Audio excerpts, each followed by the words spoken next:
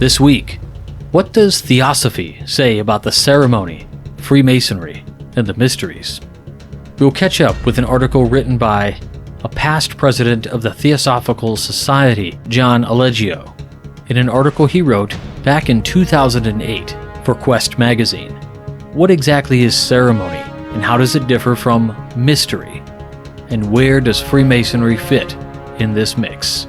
Then, we've got a few ideas to help get your lodge active and united over the spring. All this and more. Stay tuned. Welcome back to Whence Came You, a Masonic podcast featuring research papers and discussions related to Freemasonry. Here's your host, Brother Robert Johnson. Welcome back to the show. This is episode number 589. Right away, I want to thank our producers, fellows, contributors, and legacy partners of the podcast. We've been doing this show for over 10 years, and being able to produce this content is no small endeavor. Every week, it takes hours of work on top of what we all have. Families, jobs, chores, pets, and other hobbies. Let's not forget our favorite TV shows. There is a significant cost at producing this show, which has been done by all of those people who I just mentioned, those producers, contributors, fellows, and legacy partners.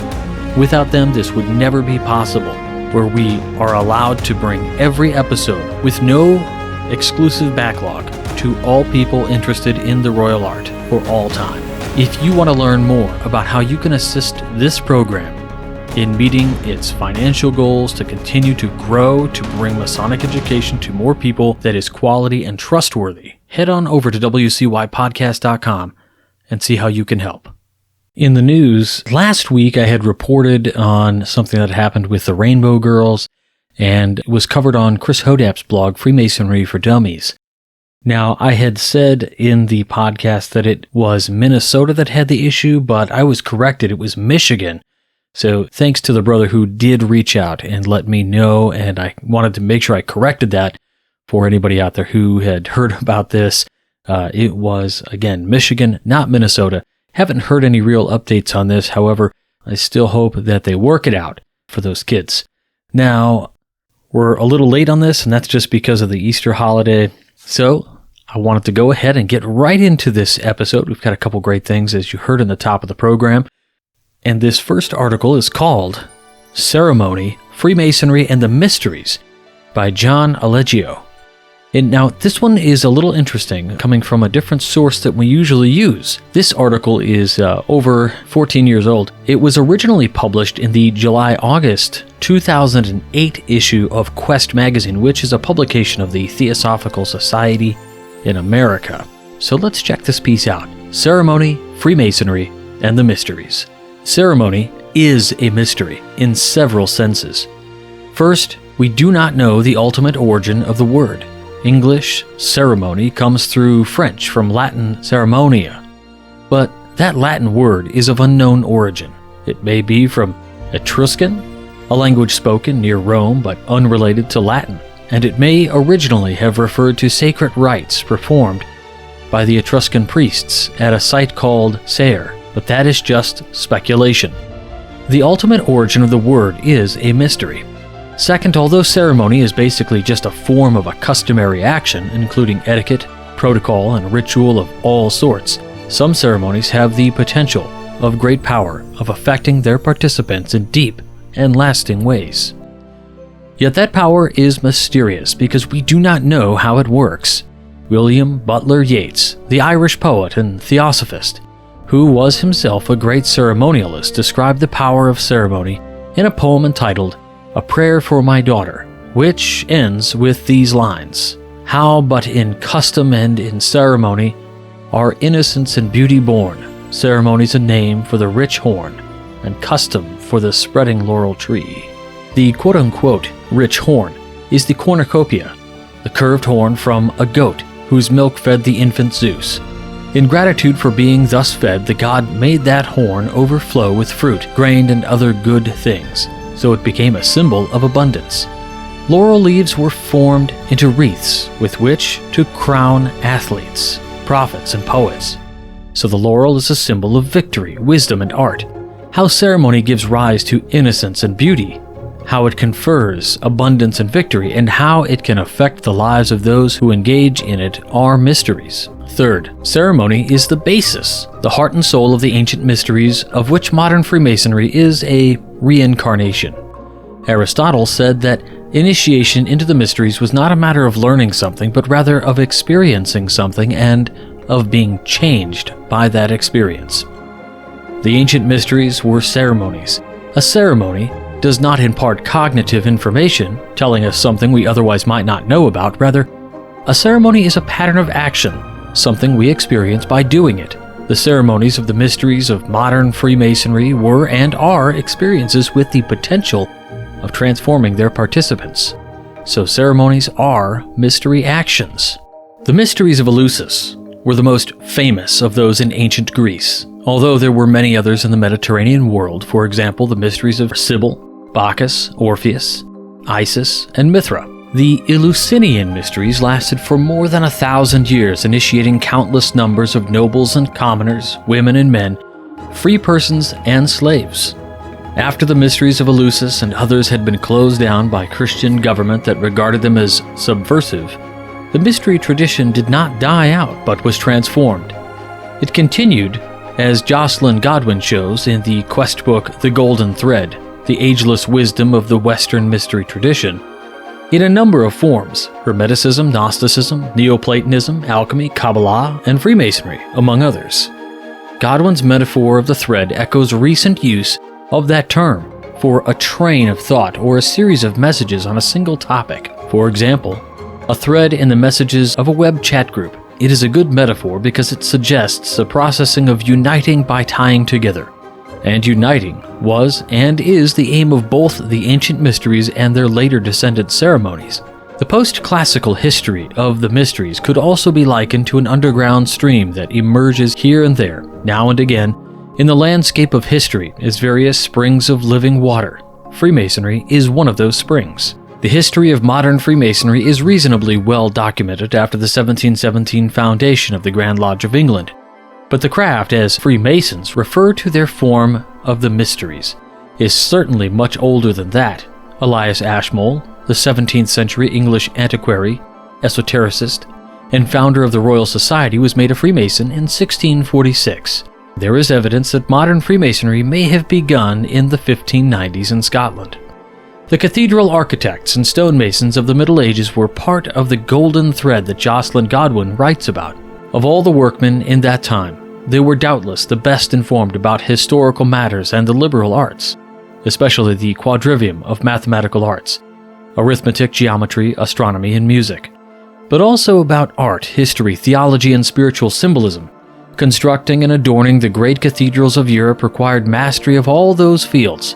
The stonemasons consequently formed a brotherhood with trade secrets and great pride in their special knowledge and status within European society. The formed lodges of workmen that strictly excluded cowans, a Scottish term for someone who works as a mason but has not been properly apprenticed or entered into the craft, and therefore who lacks the necessary knowledge and skill to do the job well. What seems to have happened in the late 16th century Scotland is that some of the nobility and gentry who patronized the stonemasons were admitted into Masonic trade lodges as an honor to both the gentry and the lodges. Some of those gentlemen would have been Renaissance men of learning, familiar with various forms of the golden thread that were continuing the mystery tradition, as Elias Ashmole certainly was at his somewhat later time. Consequently, those gentlemen became speculative masons rather than operative masons.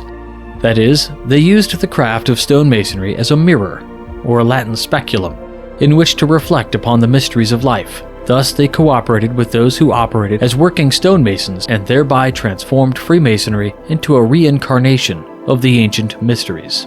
Thus, modern Freemasonry was born, mothered by the craft of stonemasonry and fathered by Renaissance esotericists. To some extent, this history is itself speculative, but it rests on the work of such scholars as Jocelyn Godwin and David Stevenson. Similarities and differences. The ancient mysteries in modern Freemasonry are thematically, if not lineally, connected. But what are the ceremonial links between the two esoteric practices? They are significant. First, Aristotle said, the ancient mysteries had no cognitive content. Nor does Freemasonry. Neither ceremonial practice involves learning information, both involving doing something, namely experiencing a ceremony, which is intended to be and can actually be transformative. Indeed, Freemasonry defines itself not as a body of ideas, but instead as a peculiar system of morality, veiled in allegory and illustrated by symbols. In that definition, peculiar does not mean odd, strange, though some think such an interpretation is justified, but rather particular, characterizing, distinctive, which is the oldest sense of that word. Masonic language is conservative, often archaic, and morality is not just ethical behavior, but more generally reflects the Latin etymon of the words mos, whose plural is mores, meaning customs. So Freemasonry is a way of acting, a customary ceremony. Remember Yeats' poem about the custom and ceremony. Second, Aristotle also said that in the ancient mysteries, something was told, something was shown, and something was done. The thing told was a story or a myth. In the Eleusinian mysteries, it was the myth of Demeter and Persephone, including the rescue of the latter from the underworld. The thing shown included various symbols associated with the myth: a basket, a cup with a drink, a pomegranate, an ear of wheat, etc. The thing done was a ceremony acting out the myth. In that ceremony, the initiates of the Eleusinian mysteries learned what death really is, and how they too might rise from the after-death world of Hades into the bright heaven of Olympus. Freemasonry also has those same three elements. What is told is a legend about the building of King Solomon's temple and the fate of its principal architect, which is the veiling allegory of Freemasonry. What are shown are various tools related to the building trade, such as compasses, squares, levels, and plumb rules, which are the illustrating symbols. What is done is a dramatic ceremony reenacting aspects of the building of the temple, especially the history of its principal architect, in which an initiate plays the central role. Like that of Eleusis, the ceremony of Freemasonry is about death and resurrection, which are the subject of all the mysteries. Despite close parallels between modern Freemasonry and the ancient mysteries, there are also some differences. Mainstream, modern Freemasonry differs in two main respects from the mystery practices of old. One of those is that mainstream Freemasonry admits only men, not women, into its mysteries. This is a result of the fact that modern Freemasonry began among stonemasons, all of whom were men and speculative gentlemen. The social accident of early unisex masculine Freemasonic lodges was mistaken as an essential of the craft. That mistake was corrected in the late 19th century when a French lodge of male Freemasons, some of whom were also active supporters of women's rights, initiated a woman, Mary de Ramus, as a Mason. As a result, a new order of quote-unquote co-Masonry came into existence dedicated to the equality of all peoples, regardless of sex. The other main difference between much contemporary mainstream Masonry and the ancient mysteries is that the latter were focused centrally and sharply on spiritual transformation. Modern mainstream Freemasonry tends to focus on fraternal fellowship and social service. Those are good things, and the charitable work done by many Masonic bodies is highly commendable. But the fundamental message of both the mysteries and Masonry is one of spiritual transformation. That message was reiterated among co-Freemasons when Annie Besant was initiated into the craft at the beginning of the 20th century. She restored the spiritual focus and especially the esoteric emphasis to Freemasonry. To be sure, many masculine Masons are well aware of the esoteric side of Freemasonry. For example, to name only two, W. L. Wilmshurst from the turn of the 20th century and W. Kirk McNulty, who is still publishing new works on symbolic and spiritual Masonry. But co-Masons like Jeffrey Hodson have been especially prominent in describing the inner side of Freemasonry. Today, several independent Masonic organizations practice the sexual equality of the ancient mysteries, but one that also dedicates itself most particularly and centrally to the esoteric spiritual side of the craft is the Eastern Order of International Co-Freemasonry. Ceremony and sacrament. The spiritual interpretation of Masonry is the essence of the craft. For example, King Solomon's Temple is the core symbol in Freemasonry. The structure that the Hebrew king built in Jerusalem served as the house of God of his people, but the Masonic structure is also the temple of humanity, The divine manifests through the world and particularly through human beings. In a sense, every human being is a temple that enshrines a spark of divinity. But Solomon's temple also represents humanity. Collectively, each of us is a stone in that building. We differ from one another in many ways, just as the stones in a cathedral or temple differ from one another. But just as every stone has its own unique purpose and is needed to complete the Temple of Solomon, so also every unique human being is needed to complete the Temple of Humanity. All human beings are integrally valuable. The metaphor of humans as building stones has another aspect as well. Building stones are quarried from a single mineral mass. They are rough hewn to be worked upon. Then they are smoothed and polished. And finally they are incorporated into Solomon's temple. So also we as human beings are individualized from a group soul. At first we are rough and unrefined, but then we are educated and evolved. And finally, when we become fully human, in what is theosophically called the fifth initiation, we realize our fundamental unity with each other and with all life. That is, we are incorporated into the temple of humanity, which is also the dwelling place of the divine in this world. The symbolic allegory of building King Solomon's temple is what craft Freemasonry is about. Craft Freemasonry consists of 3 degrees which parallel the 3 statuses of members of the building's trade: apprentice, or craftsman, or journeyman, and master. The apprentice is one who is learning the trade, the craftsman is one who is practicing the trade, and the master is one who can teach the trade to others and employ them in its practice. Freemasonry has, however, other degrees beyond 3 because, as Light on the Path tells us, quote, "Within you is the light of the world, the only light that can be shed upon the path. If you are unable to perceive it within you, it is useless to look for it elsewhere. It is beyond you because when you reach it, you have lost yourself. It is unattainable because it forever recedes. You will enter the light, but you will never touch the flame." Ceremonial initiation is a kind of sacrament. The word sacrament is from a Latin word meaning an oath of allegiance, an obligation, a consecration, like a process of making sacred. In both Freemasonry and the ancient mysteries, the initiates take an oath, affirm an obligation, and consecrate themselves to a life of purposefulness. The Book of Common Prayer defines a sacrament as, quote, "an outward and visible sign of an inward and spiritual grace," end quote. The inward and spiritual grace of which ceremonial initiation is an outward and visible sign is an experience of the light within. That light is infinite, without end. We can enter it, but we can never touch the central flame that produces it. Consequently, there is no end to ceremonial initiations. The degrees beyond the 3 craft degrees of Masonry comprise 2 series, the Scottish and York rites. The existence of all those degrees and of one initiation after another is a symbol of the truths that the road winds ever onward, and that we will enter the light, but will never touch the flame. They are called additional or higher degrees, but really they are just elaborations or commentaries on the 3 basic craft degrees, which are the fundamental sacrament of Freemasonry. All Masonic sacramental ceremony is a search for more light and greater perfection. Freemasonry is a ceremonial quest for the only initiation that really matters. Our initiation into full humanity, a ceremony of innocence and beauty, of power and wisdom.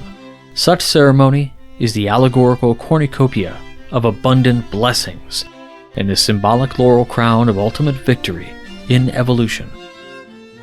John Allegio is a PhD and served for 9 years as the president of the Theosophical Society in America, and is now International Vice President of the Theosophical Society.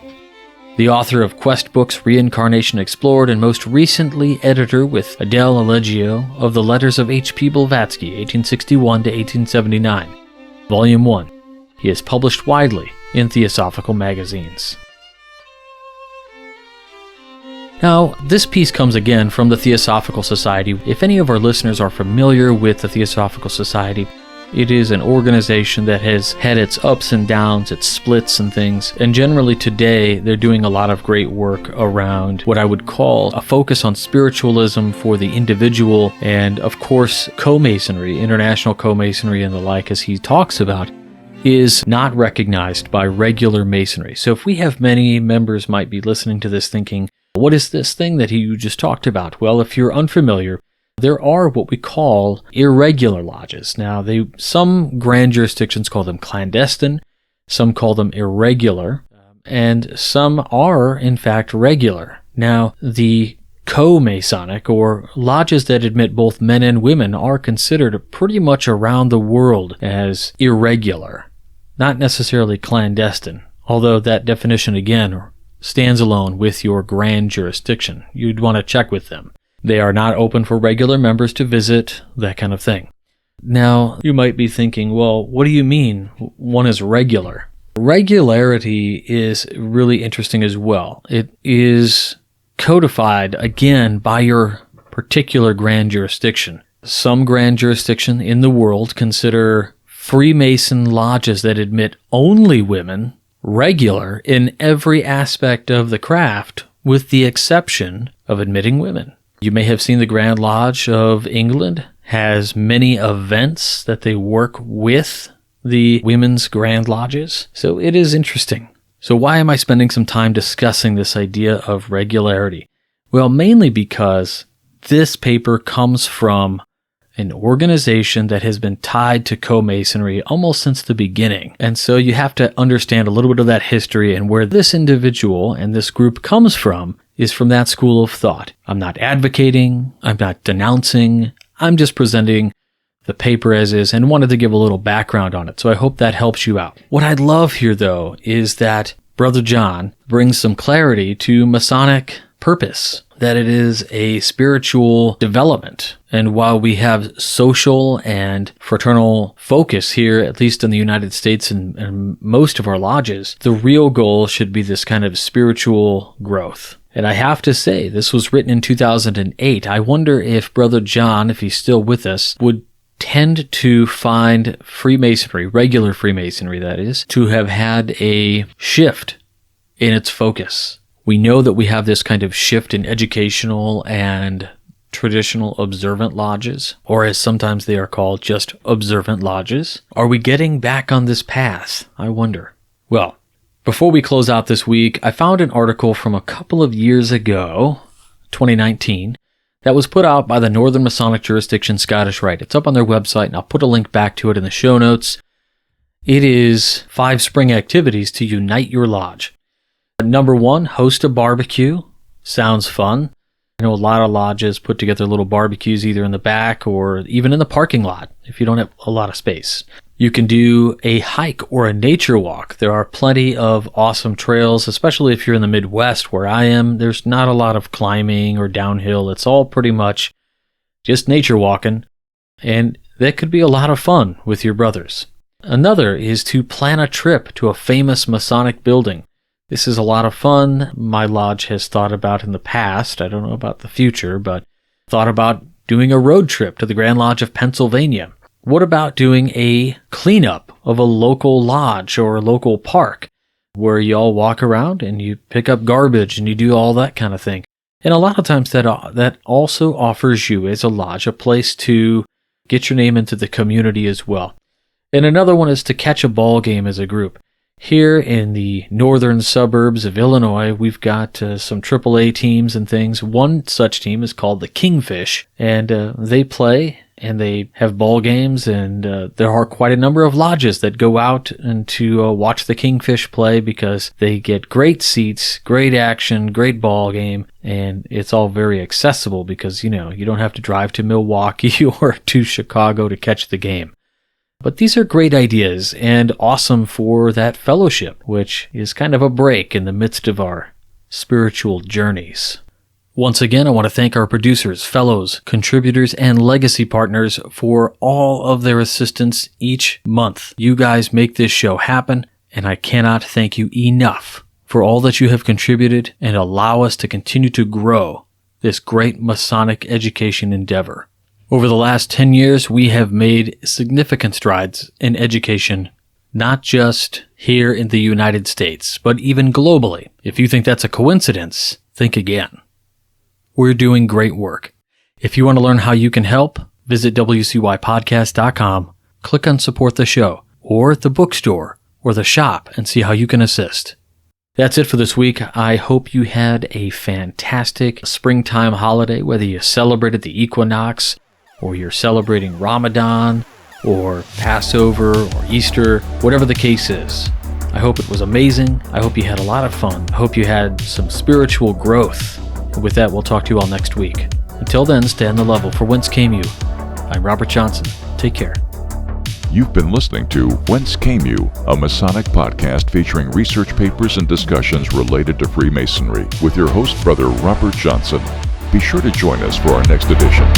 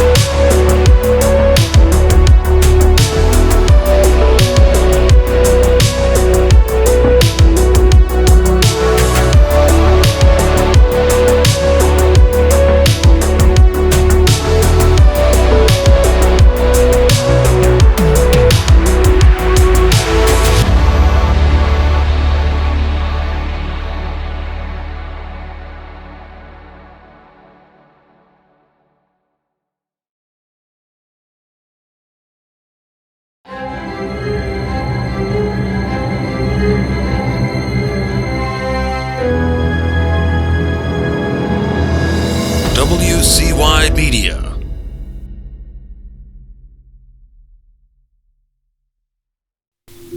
That's it. Here's your